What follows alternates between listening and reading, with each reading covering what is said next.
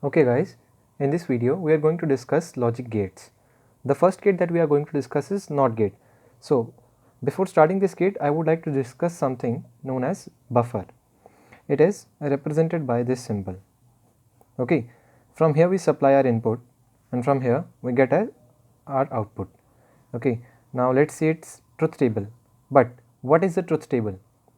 It is just a way to justify or to represent a relation between the input and output. Now what I mean is, this is A, that is our input. If we supply the input as 0 to buffer, we are going to get the output as 0, and if we supply the input as 1, we are going to get the output as 1. So as we can see, the output of this buffer is equivalent to its input. So what is the function of this thing? To provide time delay. There may be cases where we just need a short time interval gap. Alright, so in such places we use this buffer. So now let's start with our NOT gate. The symbol for NOT gate is this.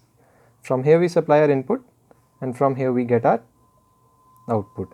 Now you can see in buffer the input supplied was equivalent to our output. Alright, now the symbol of buffer is this.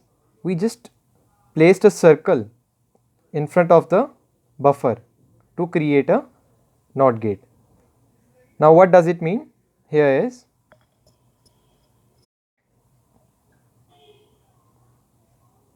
if you supply the input as 0, you are going to get the output as 1. If you supply the input as 1, you are going to get the output as 0. So from here you can see the input was inverted. That is, for low logic you are getting high logic as output. Okay, because of this reason it is also known as inverter, because it is inverting the input. Alright, so now how do we represent it? We represent it by y is equal to a bar. This represents that the input has been inverted. So this was our first gate, NOT gate. Now let's move on to our next gate, that is AND gate.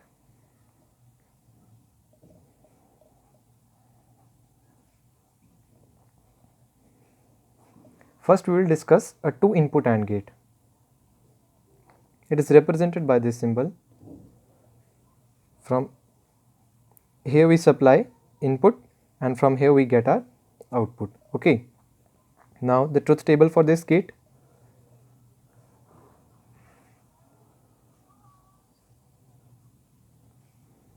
Now if both the inputs are 0, we are going to get the output as 0. If any one of the input is 0, then also we are going to get the output as 0. Okay, but if both the inputs are high, in that case we are going to get the output as high. So now let's discuss a bookish definition with this truth table. It says, if both the inputs are high, then only the output will be high. Right? If both the inputs are high, then only the output is high, and if any one of the input is low,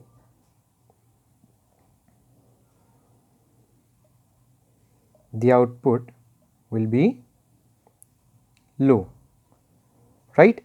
Any one of the input is low, the output is low. Now from this symbol we can see that we have used 2 inputs here. Alright, and an AND gate can have a minimum of 2 inputs, irrespective of whether both of them are equal or distinct, right? And what about the maximum? It can have any number of inputs, that is, say, n inputs. Alright. Now, how do we represent it? For 2 input, the representation is A dot B. This represents the ANDing of the inputs. Now, let us say for 4 inputs, the representation will be A dot B dot C dot D, and for n inputs you can continue this. So, this was our AND gate. Now, let us discuss the next gate, that is OR gate. Okay, so the third gate is OR gate.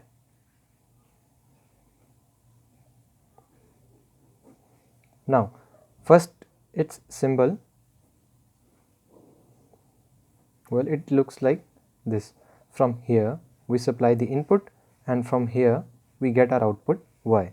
Now, its truth table.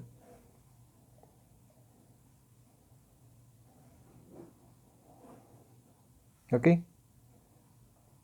Now, what does OR gate do? It takes into account the largest input, that is, if it is 0 0, the largest one is 0, it covers 0, so it will be 0. For 0 1, the largest is 1, so the output is 1. 1 0, the largest output is 1, so the input is 1, so the output will be 1. Now, when both are 1, the largest is 1, so the output will be 1 once again. Okay.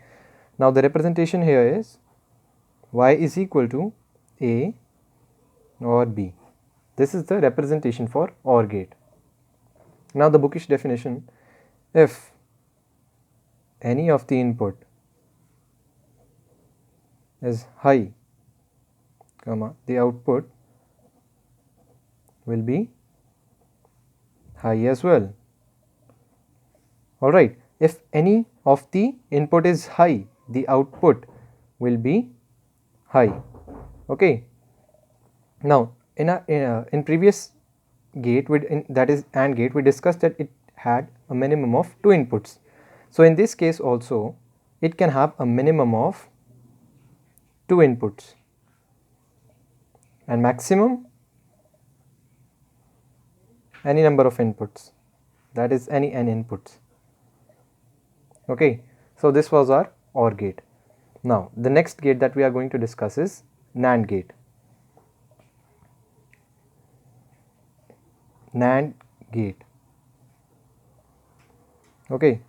Now, as the name suggests, NAND, that is not AND. Alright. Now, the symbol, it is represented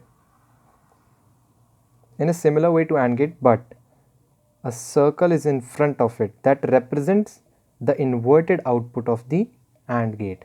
Now, what I mean to say is, let us look out for its truth table.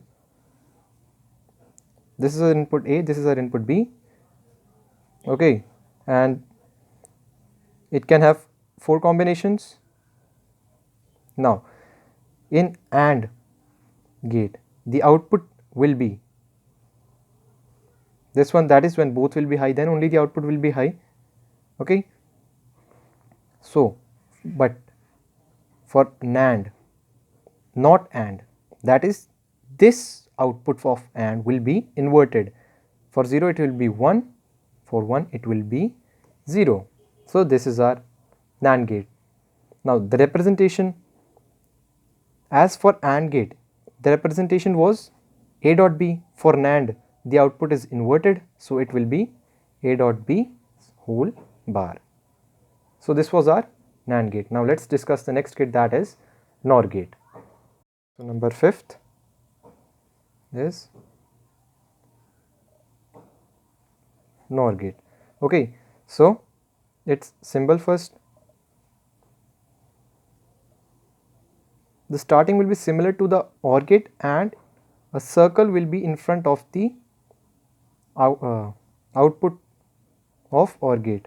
which represents not OR. Alright. So here inputs, and from here we get our output. Now the truth table, 2 inputs.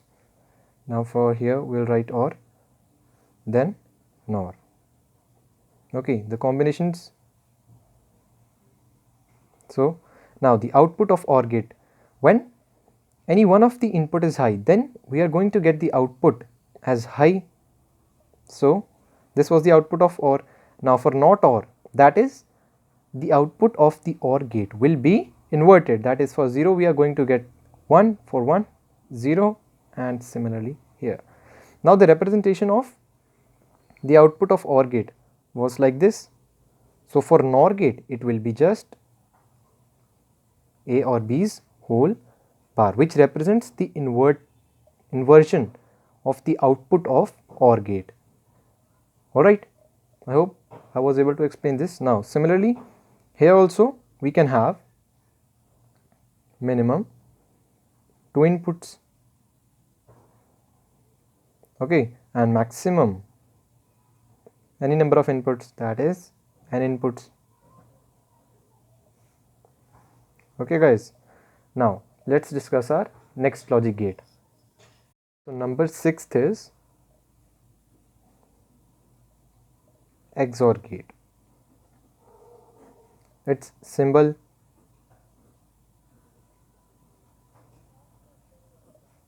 here we supply the inputs, and from here we get our outputs. Now time for its truth table.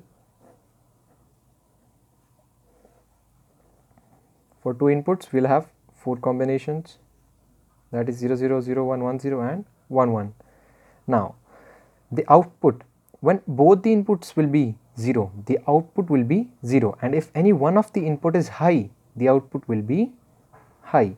If both the inputs are high, then the output will be 0. So now how to remember this? When both the inputs are same, the output of XOR gate will be 0. Okay guys, and if any one of the if the inputs differ, the output will be high. Now the representation, Y is represented as A XOR B. Okay, so if we expand it, it just becomes this. We'll discuss this in our next part, that is Boolean algebra. It is just representing, this symbol is just representing this one. Okay, now again it can have minimum of 2 inputs and maximum n number of inputs, that is n inputs. For 3, let's just look at the representation of a 3 input XOR gate. It will be Y A XOR B XOR C. This was a representation of 3 input XOR gate. Okay, now the last logic gate, that is XNOR gate.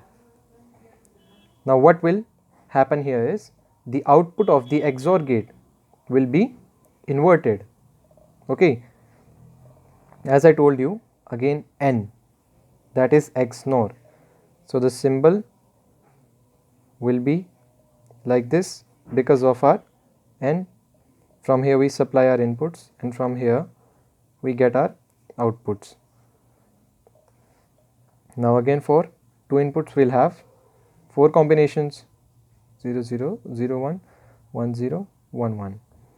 Okay, now the XOR gate's output was, when both are same, the output is 0, when they differ, the output is 1.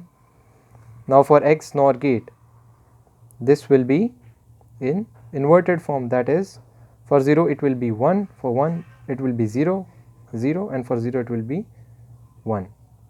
Okay, now the representation, it is represented as Y equals to A XNOR B. Now if you expand this, it becomes nothing but A bar B bar or AB. Now again it can have a minimum of 2 inputs and maximum n inputs. Okay, so that was all about our logic gates.